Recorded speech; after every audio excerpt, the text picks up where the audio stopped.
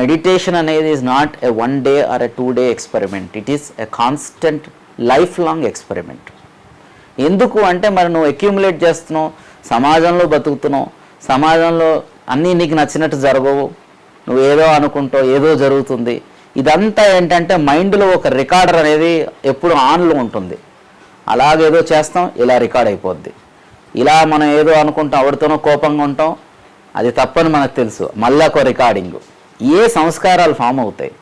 So దీన్ని ఒక continuous ప్రాసెస్తోనే మనం ఈ ప్యూరిఫికేషన్ అనేది చేయాలి. ప్యూరిఫికేషన్ చేసే కొద్ది నీ మనసు అనేది నెలక వస్తుంది. మనస్సు మొదట్లో చంచలంగా ఉంటుంది, చంచలంగా అలా ఆ వైబ్రేషన్ ఉంటుంది, కదులుతూ కదులుతూ కదులుతూ నీకే బాధ వస్తుంది, ఏడుపు వస్తుంది. అదే నీ బాధ, నాకు అర్థమైంది. ఏడుపు, అయ్యో ఏంట్రా నా పరిస్థితి ఇలా అయిపోయింది.